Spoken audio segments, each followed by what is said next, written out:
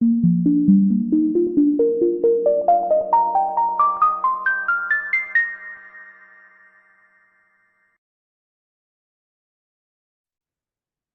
we should be recording at this point. So good morning. Welcome to our May 9th, our last PBIS Leaders Network for the year. And we are going to be talking today a little bit about other data sources. Our theme this year has been data, data, data.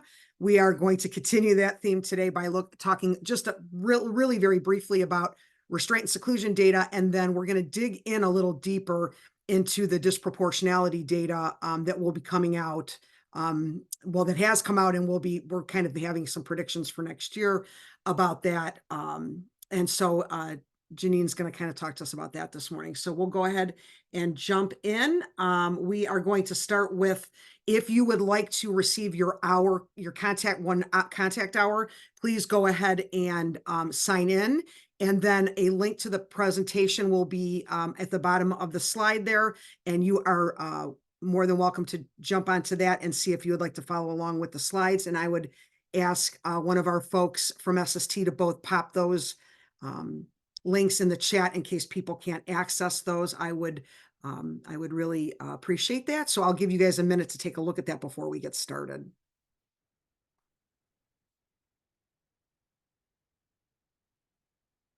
I can do it, Heidi. Thank you. Appreciate that. Thank you. There's the login and the link to attendance. And then Janine will pop that in as well as far as the presentation is concerned. So as we normally do, we usually start with either a connection activity or some sort of wellness activity or something like that. So we have a very, very simple one for you this morning. And for you guys who know me well enough, you know that I love the first five. And I've been talking about it to all kinds of people to use the first five. And so I pulled this directly from that.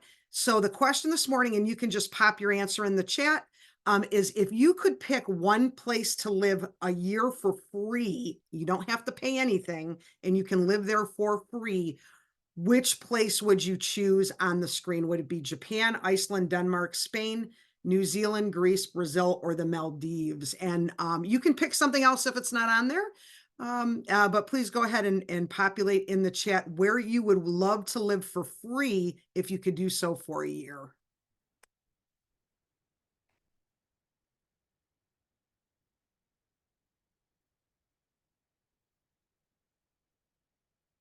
Spain, Iceland. Katie's thinking about visiting there. That's awesome. Spain, Alaska. Oh, and TJ said Alaska. I know TJ lived in Hawaii for a while, so maybe she would like to live on another island, another one of the islands. New Zealand would be awesome. I see a lot of Spain, Greece. Frank's not sure, he's only been to Canada. I put the Maldives. I see Holly put the Maldives too.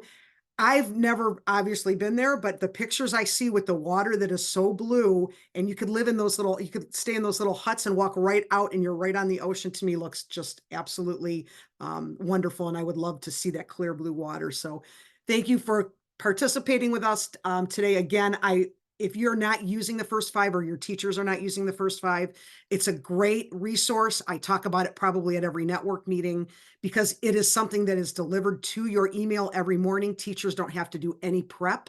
They just click on the email and they can choose from all kinds of connection activities, mental health check-ins, wellness check-ins, and other kinds. There's videos and quotes and memes and all kinds of great stuff. So if your teachers are not using it yet, I highly recommend that you share it with them, because it's really great for connecting with students and having really helping foster a really nice environment in the classroom. So our agenda today is we're going to look a little bit. I'm going to talk to you just very briefly about the restraint seclusion data collection window. Janine is going to jump into disproportionality, and then we're going to end with evaluation of the network and just one really brief update this morning. So let's go ahead and jump right in. We're going to start with the restraint and seclusion data. You will notice that the slide has the Department of Education and Workforce's logo, because this is a presentation that I took directly from Emily Menker. If you don't know who Emily is, she works in the dispute resolution department of the Department of Education and Workforce, and she did share these slides with me so I could share them with you this morning regarding the restraint and seclusion data collection window. So the Ohio Revised Code requires that districts annually report on restraint and seclusion to the Department of Education and Workforce, DEW. The collection period is between June 3rd and August 2nd. You'll have between that amount of time to report that data. Your superintendent will or has or will receive an email or a designee if you're a community school with a unique link for your district or your community school to report that data. And that, again, I'm not sure if those have been sent yet or not. The pre-survey was already sent, but I'm not sure if the survey has been sent yet. But if they do not receive it and you have not received it, I would say by June, I would definitely have your superintendent or whoever's reporting reach out to that email address, support@Ohio K-12 Help, if you do not have the link. So your superintendent or your designee should have received that pre-survey in April. One of the reasons for getting the pre-survey is that if you are working with an ESC or a board of DD, you have to determine who is going to do that reporting, whether that be the school of residence or the district of residence, or is the ESC or DD going to report?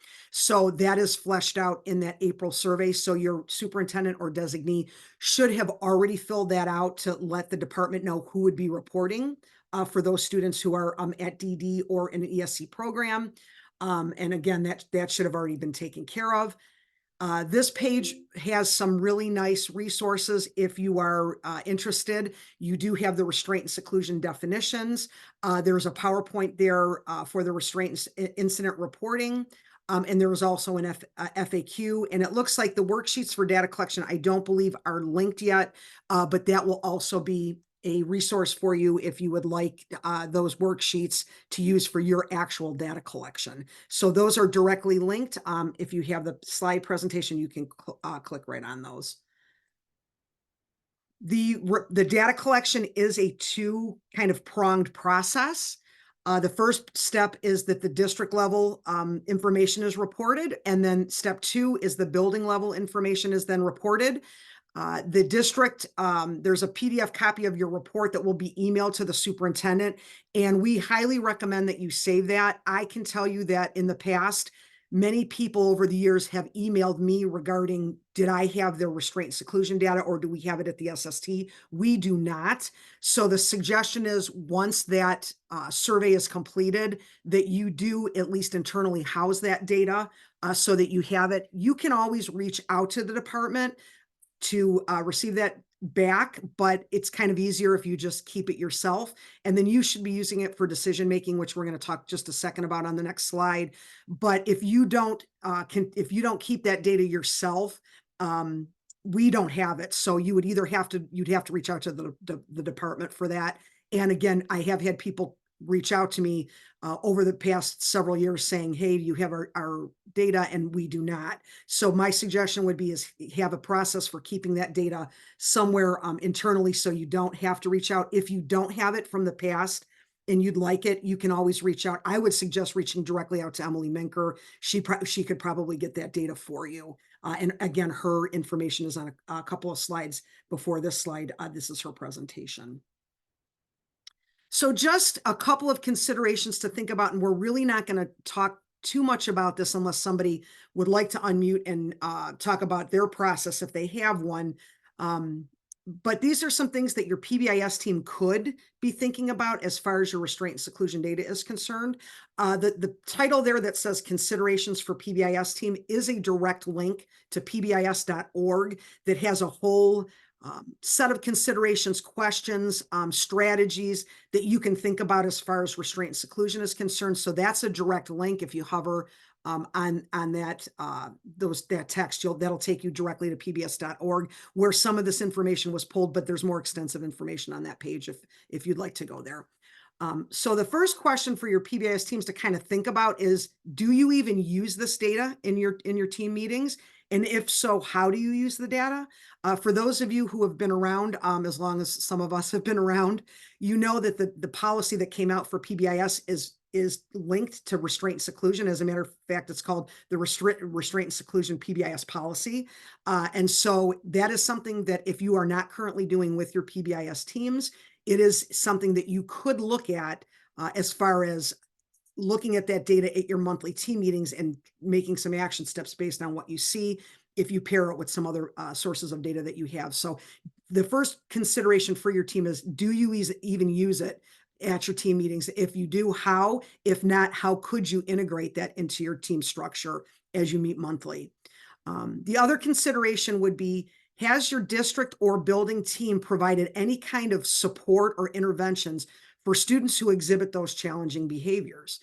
This is something that you could absolutely talk about. Your team, that's one of their functions, is to support teachers in the building, or the district team would be supporting buildings regarding interventions that could be provided for students that continually have chronic behaviors or have challenging behaviors or have behaviors consistently over the school year. That's something else that your team could talk about. And then finally, what is the process, or do you have crisis plans in place to respond when crises do happen? And then how do you plan for those to not happen again in the future? So these are things that we can think about on our PBIS teams, either at the building level or at the district level, to really think about, if we are collecting this data. And that is something else to consider as well, is how are we collecting the data? Some of the data that we see regionally, and I don't have permission to share it from this year yet, which I was going to share with you this morning, but the department hasn't approved that yet. But once we start to look at it as a region, and I will share with you when I can, once it's approved. But how are we collecting that data? Because honestly, as we look at it as an SST, there are some odd trends that we see sometimes. So, we're thinking about, either people, are they underreporting, overreporting? What is there even a policy or a procedure or protocol that we use to even collect this data? And then what is that whole process that we use? Because we know after 3 incidents, we know that you have to conduct a meeting, a plan has to be put in place. So are we really thinking about that? That may be more of a tier 3 consideration, but your teams, even if you're not implementing tier 3, still need to be thinking about those kinds of things. So we just wanted to give you a couple of prompting questions to think about. If you're not collecting that, if you're not using that data that's collected, maybe you should be at your PBIS team meetings. Are you supporting teachers and teams with those challenging behaviors that students are exhibiting? And what kind of policy do you have or procedure do you have when crises do occur? Is there something that we can do about that to make sure that these things are lessened or that they don't happen next time? So I'm just going to pause. I don't know if anybody has any thoughts about that before we move into our next part of the meeting this morning. But any thoughts, or if anybody has a really good process for this, I would love to hear about it. And I'm sure your colleagues would also. So I'm just going to pause. If anybody wants to pop something in the chat or unmute, I'm going to give it a second for you guys to kind of process.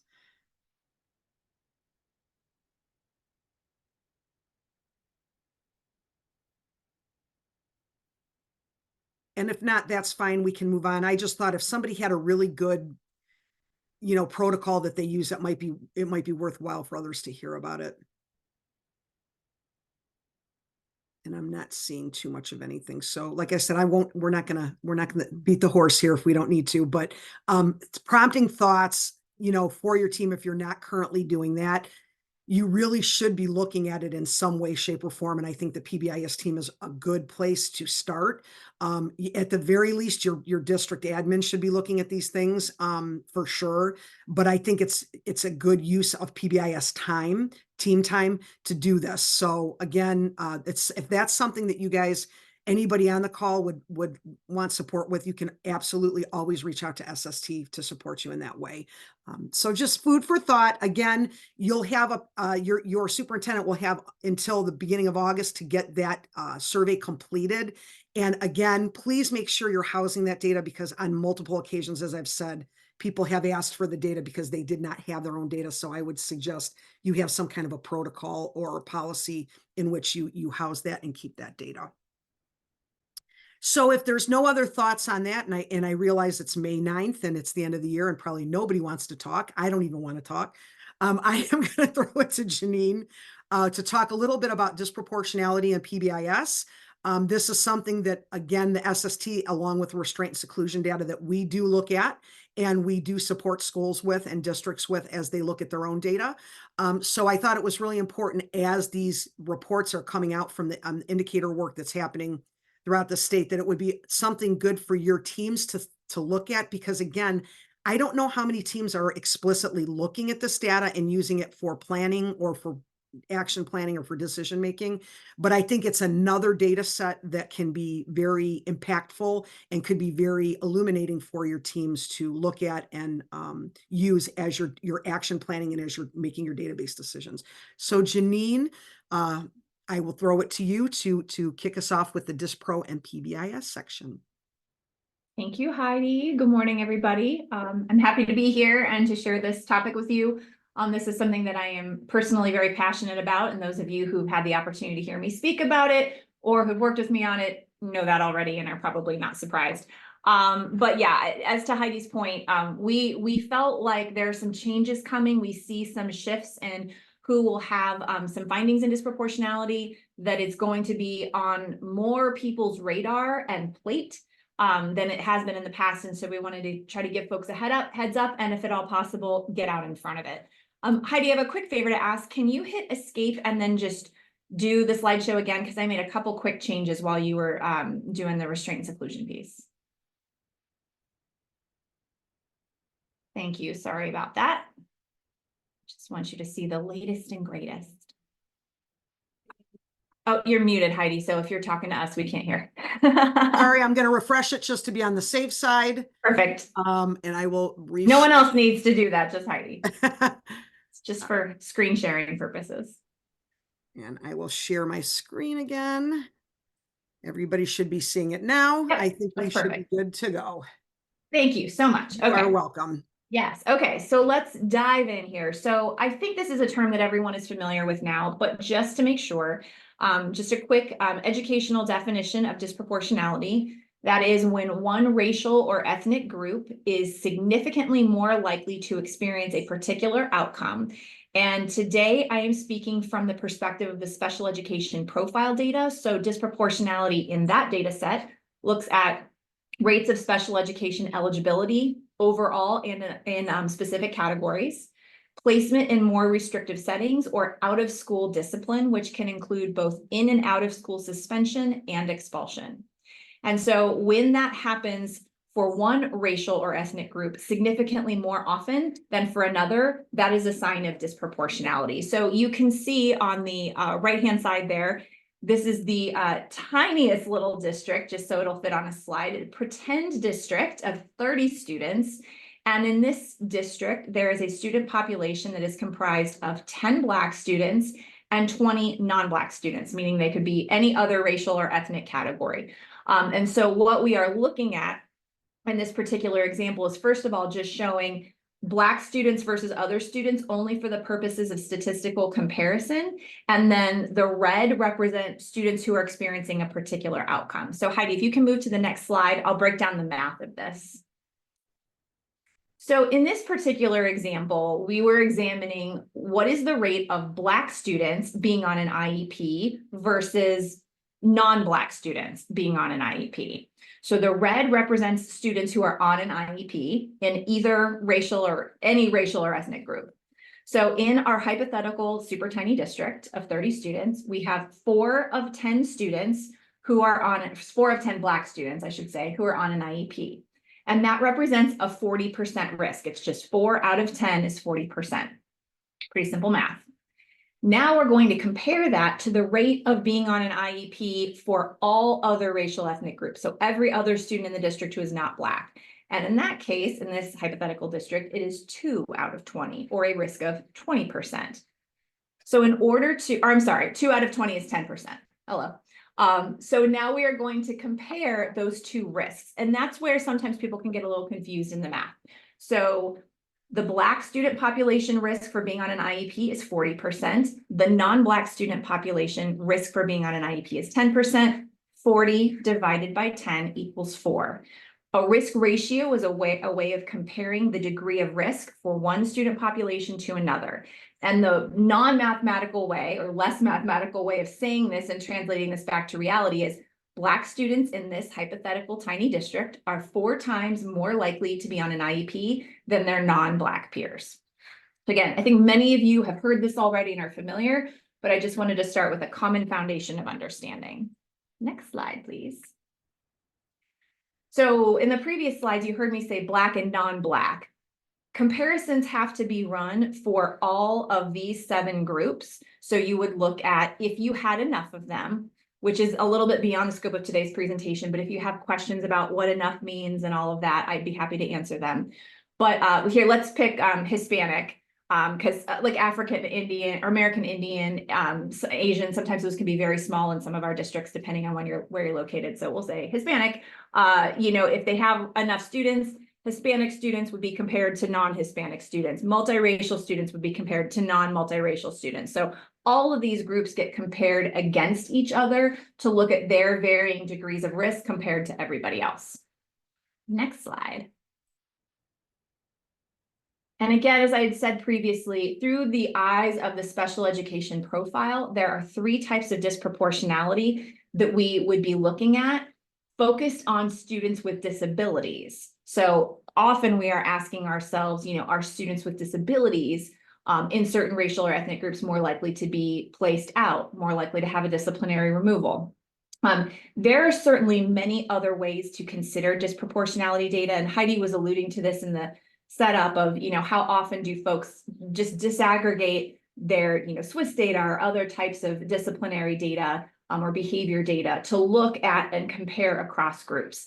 And obviously it takes a little work to be able to do that because you need to have your data set up in a way where you have that race or ethnicity data available from the student information system alongside whatever, data point that you are calculating. But that is definitely something we would encourage. But just for today, we are talking about it through the lens of the special ed profile. Next slide. So it's reasonable to say that some degree of disproportionality is going to happen. Ideally, total proportionality would be that whatever the rate of the size of that group is in the student population, if Black students represent 15% of the total population, they would represent 15% of kids on IEPs, and they would represent 15% of disciplinary removals. But it never works that cleanly. It's very unlikely to happen. So then the question becomes, how do we know when disproportionality is so significant that it is a problem that warrants our attention and action? And so again, through the lens of the special ed profile, there are 2 considerations. The first is, what is the size of the risk? So in this bar graph that is shown here, the size of the risk that is of a concern as identified by the state of Ohio with stakeholder input is 2.5. So that line that is coming across, I'm gesturing in Zoom and you guys can't see it because I'm used to presenting my own slides. It's fine. But what you see in that bar graph where it goes across 2.5, anything over 2.5 is considered an excessive level of disproportionality because a student is 2.5 times more likely, or a student group is 2.5 times more likely to have that outcome than their peers. But the other thing that the state of Ohio has decided to do, which I think is really smart, is to say that we recognize there can be periodic fluctuations in the data and that we want to look at this as a 3-year trend. So if we see 3 consecutive years over that 2.5, meaning Black students are more than 2.5 times likely to, be suspended. Black students with IEPs are 2.5 times more likely to be suspended than their peers for 3 years in a row.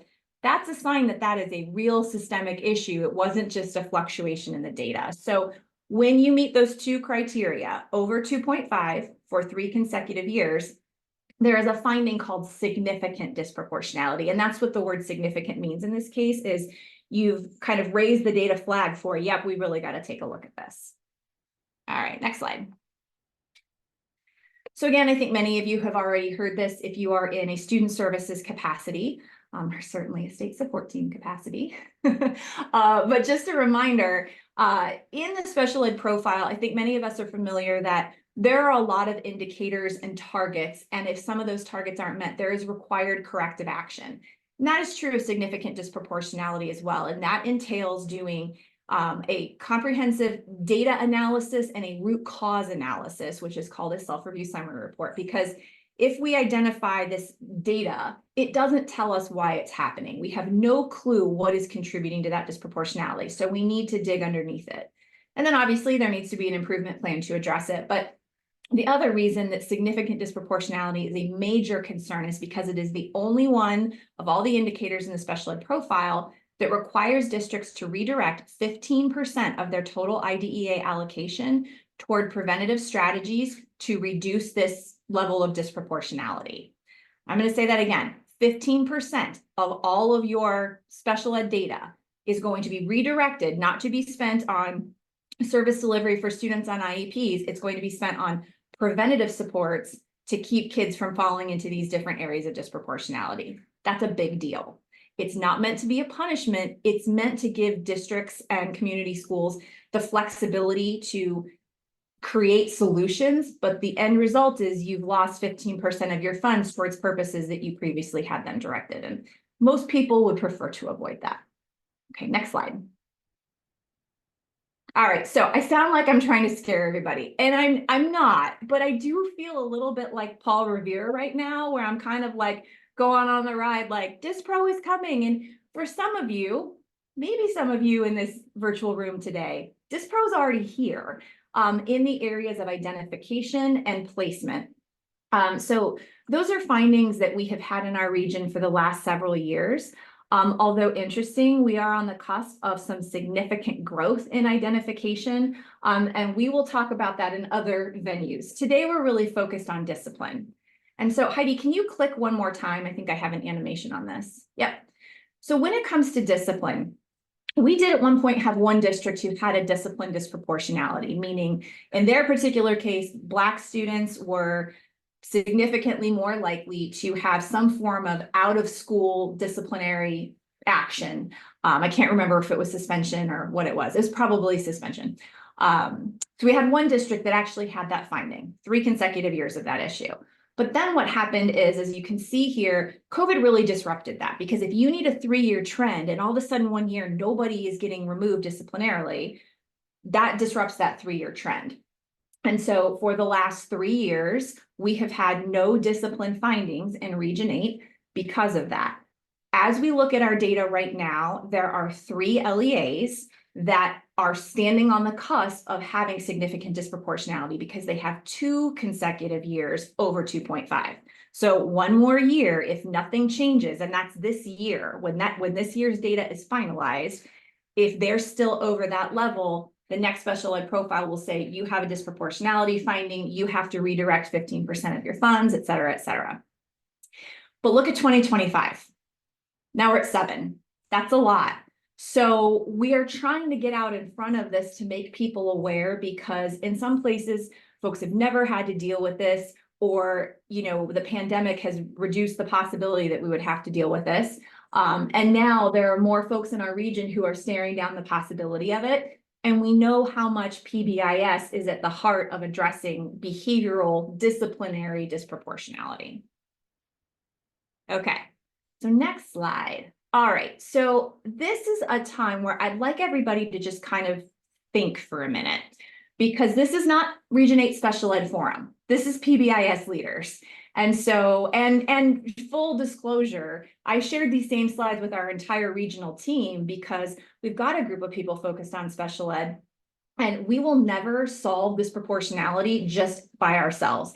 And no district that we're working with on disproportionality is working on it in isolation. They have to be working. It's bigger than special ed. So I would love for you all to just think for a couple of minutes. What do you think are some possible root causes for excessive disciplinary removals of students of color? What might be contributing to that? And I know this is kind of an uncomfortable conversation to have.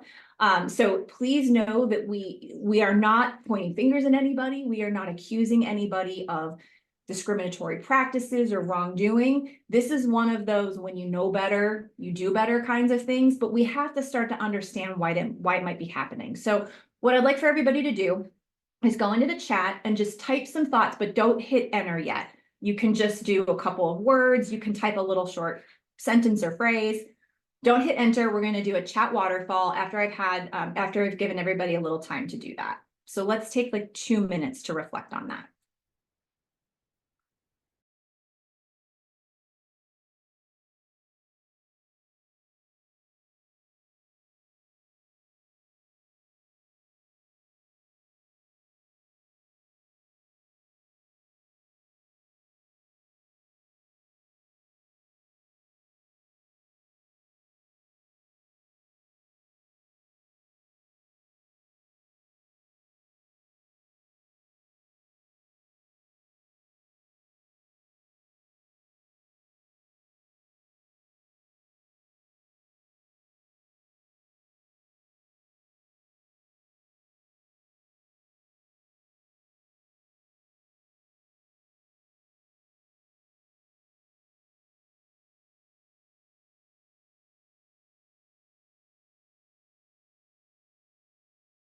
Okay, I'm going to give you about 30 more seconds. The only faces I can see are those of my team, and they look like they're deep in thought, but they might also just be avoiding me. I don't know. That would be fair. I had to take off my jacket because this topic gets me so worked up. Like only 55 degrees outside, but I'm ready to go. All right. So what I'm going to ask you to do is go ahead and hit enter and share your thoughts in the chat. I love doing this. Bias, bias, bias. Boom. Right away. Implicit bias. Zero tolerance. Cultural differences resulting in differences of expectations of group norms. Yeah, which in its own way is implicit bias. But I think a lot of times implicit bias is like negative, like it's, I'm judging you, but it's sometimes it's just different sets of norms and expectations that we're not aware of. Misunderstanding of cultural differences. Yep, Erica. Educational practices are not culturally responsive. Unconscious bias. Yep. Okay, I wasn't counting how many came in, but so if there are any others, please share them. I love that. Let's take a peek at the next slide, Heidi. All right. In our work so far, again, we've only had one opportunity to tackle this directly with the district, but we've certainly talked about it and done a lot of research on it. Here's some things that we have observed or have heard can impact disciplinary disproportionality. So discipline policies and procedures, including collective bargaining agreements. Sometimes there are district practices that are so baked in about how we make decisions that they are not flexible enough to allow some of those culturally responsive practices. So again, it's not institutionalized discrimination, but it is preventing people to have the flexibility that they need.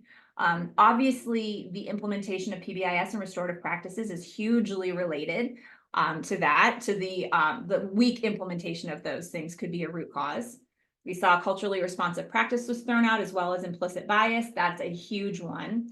Access to high quality preschool is something to really be thinking about. And is there actually disproportionality in who has access to early childhood learning environments?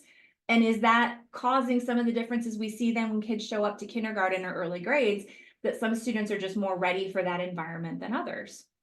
And then a big one, and I highlighted this red because we said disproportionality is almost always bigger than special ed, but this is a special ed thing, is effective manifestation determinations, use of FBA and behavior intervention plan, which by the way, FBA and behavior intervention plan are not just for special ed, but they do relate to students with disabilities. Our systemic practices around those things might be preventing us from effectively tackling disproportionality in some cases. And then on the bottom of that slide, what you can see is some things that we have observed impact any kind of disproportionality. So it could be, the identification differences, who's on an IEP or what kinds of eligibility, placement decisions, or even just some of your run-of-the-mill differences in like Swiss data or classroom-based behavioral data. Again, coming back to different sets of expectations and bias, which many of you captured there. Tier 1 instruction, again, that's bigger than just PBIS, and the ability to implement our plans for Tier 1 with fidelity, to monitor it, to respond to gaps in our implementation in a timely manner. And then family engagement and lack of representation, meaning do people see themselves or people like them among the teaching staff, among the education? Is there diversity among the educational personnel? So those are a lot of different things to be thinking about. And again, beyond the scope of today's session to kind of say like, and now let's tackle all of those. But just out of curiosity, if anyone, can you go into the bottom bar in Zoom where it says reactions? Can you raise your hand through Zoom if this is something that your PBIS team, any of the things on this slide, if these are something that you're talking about? I don't usually ask for people to do reactions, so I'm a little nervous. You click on the reactions button and then where it says raise hand, raise your hand. I raised my own hand. I see some hands raised. I see some thumbs up. I see a thumbs down, which I really appreciate. Unless you clicked that wrong and you meant to say thumbs up. That's okay too. Yeah. Okay, so I see a handful. Yep. Okay. Now, sorry, you're going to have to click again to lower your hand because I don't have the ability to lower everyone's hands, but that's okay. So yeah, so some of you are already talking about some of the things that may need to be discussed above and beyond PBIS implementation. For some of you, I'm hoping maybe this gives you some new ideas of things that you might want to be contemplating as you consider whether disproportionality is an issue. All right, next slide. Okay, so as much as I said we're not going to tackle all of these things today, it also would be terribly rude to point out all of these problems and not give you any ideas of what you could do about it. So the first thing we would recommend everybody do is go back into your special ed profile, because the way the profile is set up, you will not automatically know if you are at risk. You will know if you have a finding, but you will not see if you are at risk unless you open up all the different categories of discipline, disproportionality, or any of them. So Heidi, can you click at least one more time? Yep. So where it says on the bottom of that image, disproportionality, discipline of students with disabilities, if you click on that more information button, all of the racial categories and all of the different types of discipline, so in school, out of school, suspension, will all open up. And then what you will want to look for, which you can see, click one more time, Heidi. There we go. Yep. So when you actually open up that data, if you see something like this, blank red, that means you are on the path towards having a finding, because you have 1 year that was probably a COVID year, and you have 2 years of above the threshold disproportionate. Sorry, I'm trying to look for Black students of having more in-school suspension than their non-Black peers. Okay, so that's what you would look for. If this is confusing or hard for you, hang on, because we're going to offer you some support for that. All right, next slide. So that's the first thing we would recommend. Okay, the next couple things in rapid fire are stepping back from the special ed profile, because you may not have anything. You may not have any risk there. Going back to what Heidi said earlier, we really do encourage you to check all of your disciplinary removals, your ODR data. If you use an early warning system, check all of that for disproportionality. If you can't, because you don't have students' race and ethnicity in there, maybe that's just your action step, is maybe we revise our data analysis so that we do have that, so we can start to look at that next year. The number 3 here, examining PBIS classroom practices. One of the things that we're starting to see is that when there are concerns about disproportionality, and I would venture to say even restraint and seclusion, in places where overall PBIS implementation is strong, there may be strong implementation at the building level, but there may be some gaps at the classroom level, and that may be contributing to that data. So we would have you take a look at your classroom practices and boost support for strong classroom management where that's needed. And then, of course, we would really recommend looking at alternatives to disciplinary removal, including a variety of different restorative practices, so that as we are teaching expected behaviors, supporting, acknowledging those, when we see behaviors we don't want, we are helping students continue to learn and to make it right, as opposed to saying you got to go. And that would help bring the disproportionality down. Janine, I'm going to jump in here too for Please 1 do. second for that number 3. What we're seeing through some of the research, particularly Missouri comes to mind, number one, is that when we're looking at our self-assessment survey, one of the areas that is evaluated is that classroom. But when I look regionally and I look at that data and what they're finding in Missouri as well, is that teachers have a tendency, I don't want to say to overinflate, but to score themselves higher on those classroom pieces where they're saying, yes, we're doing all these things. What they're finding is that even though that's being reported on the SAS, it's not always the case. That the teachers are generally harder on the system-wide, school-wide stuff, and they're saying that they're really doing it in their classroom. When they're going in, the researchers are going into some of those classrooms, they're finding that that is not the case in the classroom. So the only reason why I say this is that if you're using your SAS as a a mode of looking at data, that classroom piece might not be as accurate as we might think. So that if you're seeing that, oh wow, we're in green here, we're over 80%, take that with a grain of salt, because what we're starting to find is that teachers are sort of scoring that probably higher than it actually is. So we might need to dig deeper into those classroom practices. Then don't just look at surface level and say, oh, we're at 80%, we're good. You may have to do a little bit more digging there. So I just wanted to throw that. Thanks, Erica. Yeah. And Taylor are agreeing with that. We're definitely seeing that regionally. And I think probably if we look nationwide, we'd probably see that same trend. So I just wanted to throw that out there. That is extremely helpful. I think there's going to have to be a variety of ways that we take a look at that, not just through the SAS. I think the SAS is a great starting point. But yeah, that's great. So these are the exact same 1, 2, 3, 4. These are the exact same things I just talked about. Looking at your profile, disaggregating all your data, looking at classroom practices, and then restorative practices. So what I wanted to do to close, this is my last slide, is just ask you, how can we help you with this? Because for those of you who are standing right on the brink, we probably can't help you prevent a disproportionality unless something drastic changed in your practices this year.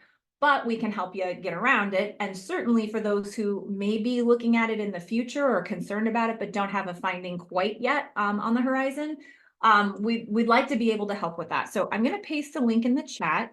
And this is a Google form that you can complete it's literally it's just your email address so we can follow up with you. And then which of any of these 4 things would you like help with to better understand how disproportionality could be impacting you and what you can do about it. So just fill out that 1 question survey for us. We really appreciate it. It should only take you a couple minutes, not even a couple minutes, like 1 minute. And then does anybody have any questions? I know it's 9:45 and I can't remember how much we had after this, not too much. So I think we have time for questions. Yeah, we just have a couple slides after your presentation. So if people have questions, by all means. Sure.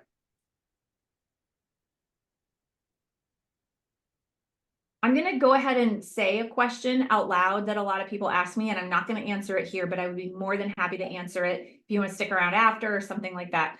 And that is alternate risk ratio, which is very confusing. What that has to do with is if you have too small of groups to compare, there is a different way of looking at risk ratio that involves looking at state data. And people sometimes discover that this is happening in their special ed profile data, and they're like, what is this? Why are there state numbers? If you see that, or you have seen that in the past and you don't really understand, please let me know. And like I said, I can stay on for a few minutes afterward for that, or just shoot me an email and I'd be happy to give some more information, because that is perpetually confusing to folks, and understandably so. And as you all are finishing up that 1 question link, I do want to throw out there that we are in initial conversation, and we will schedule some PD opportunities next year for restorative practices. I think this is a good segue into talking about what things that we will offer regionally next year. We have not offered anything probably, oh gosh, Janine, I don't know, maybe it was prior to COVID when the last thing we offered was, we used to offer Missy McLean a lot would come. And then we started to work with Stephanie Martinez, who's absolutely fabulous. But I don't think we've done anything with trauma-informed care restorative practices as a region in many years, probably maybe since COVID. So I can tell you, if you are interested in restorative practices training and support, that is on the horizon for next year. Stay tuned and we'll let you know more about that. There is some internal training that we have to do first. And then we are going to present that out to the region. So that is coming. If that is an interest, and you did put that in your one question survey. Awesome. So I only see a handful of responses, which I'm going to interpret to mean if you responded, you would like this help. And if you didn't need the help, you didn't respond, which is fine because I didn't give you a no thank you option, which is bold of me.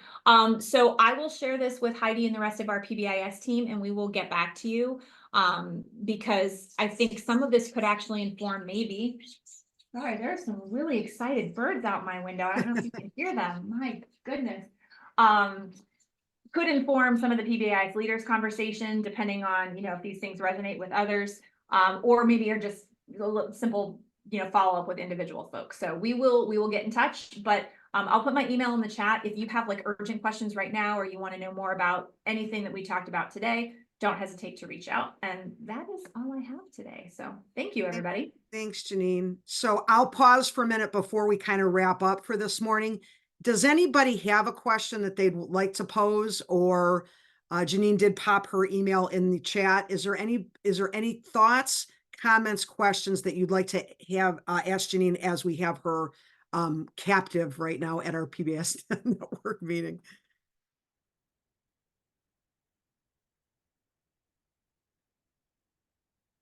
You can always follow up with her after the fact. Again, her email is in the chat, and probably most of you on this call would know how to get in touch with her anyhow. But if you do, it's if you need that information, it's in the chat.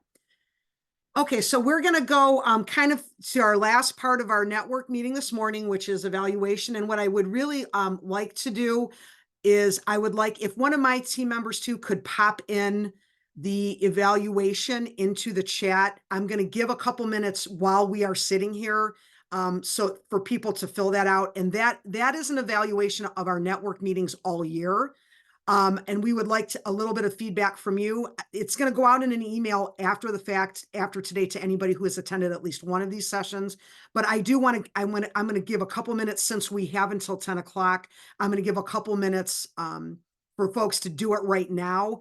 And then we're going to talk about a couple more things, and we're going to wrap up for the year. So if somebody could stick that tiny URL into the chat, I would appreciate that. And if folks here who have attended at least one, and you have because you're here today, many of you have attended more than one, if you could please fill that out for us, some feedback for us in preparation for, thank you so much, Janine, for planning for next year. I'm going to stop talking for about 2 or 3 minutes, and then I'll hop back on and we'll finish up for the day today.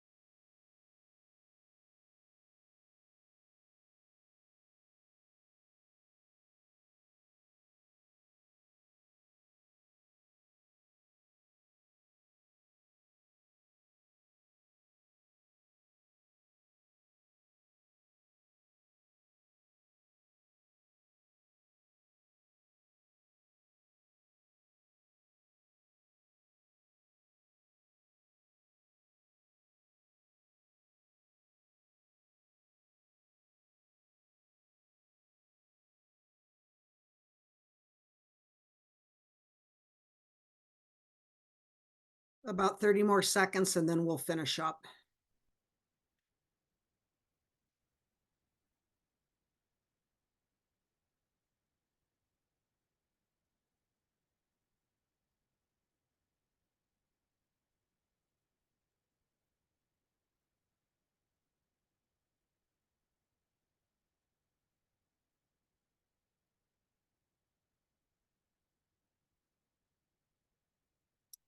Okay, well, thank you for taking the time to do that. Again, we're going to follow up with an email to anybody who's attended any of the sessions. So if you see that email come through and you've already responded, you can just ignore it. We want to make sure we catch everybody who was able to attend this year. If they were not able to attend today, we still would like their feedback if they were able to attend any of our sessions, because that will inform our planning for next year. So again, thank you for taking a minute to do that. This is just a reminder that I think today, I don't think they're doing one in June, I believe it's the last high school think tank. If you have not had, if you are working with a high school, or you have folks that are working in a high school, these are fabulous. This is a fabulous resource from PBIS. I went last month and it was really great conversation about some tier 2 stuff they were talking about. It was really, really good. They're always talking about ownership. That always seems to be an issue at the high school level, but it is for Eastern Standard Time. It's 12:30. If you've already registered, you should already have a link, but if you have not registered for any of them and want to go, you can still do so through the link that's on the slide. They were having problems with some people coming in and Zoom bombing. So you can't just, it used to be where you could just show up. You definitely have to register now because they had some issues there. So I believe today is the last day. Again, if you have an hour of your time in the afternoon, it is well worth it. They do a very nice job. We try to replicate it a little bit in our region, and I think it was decent, but it was nowhere near as good as what they do at PBIS. So that's a reminder that that is happening this afternoon at 12:30. So you can use the slide to register if you have not registered yet. And then I believe that is our last, that's our last slide for today. I would like to just reiterate and remind folks that we are going to be offering, we will be offering, and we are in the initial stages of planning for next year, everything that we're going to do for PD. It looks like we probably will offer a tier 1 refresher like we always do. We will be offering tier 2 and tier 3, specifically prevent, teach, reinforce for tier 3. I will have to talk to Janine about her availability for that next year, because she is my co-presenter with it for that one. And then we will be offering some iteration of restorative practices for supporting you guys in the district with restorative practices. And we're going to be talking initially about how we are going to connect to our region for some MTSS training. So I know we've in the past in the region, and that is not me, but some folks on our team have been involved with that, doing some MTSS training regionally. And so we're going to make sure that we're supporting that also in the region, because that is a need that many districts and many schools are asking us for, that kind of support for multi-tiered systems of support. And we may offer, and we haven't in many years, classroom management support training that will be coming. It's going to look a little bit different, but that's also going to be coming. So we don't have dates for anything yet. We have a meeting scheduled next week where we're going to set all that up. And if you are on my network, you will be receiving all that information from me. If you are not on my network, feel free to reach out for me to get you on my network, and you'll receive monthly or bi-monthly emails with that kind of information. So if there is no anything else for this morning, we'll hang on in case you do have a question for Janine or for the team. We'll stay on, but for us, that is it. So I am going to stop the recording.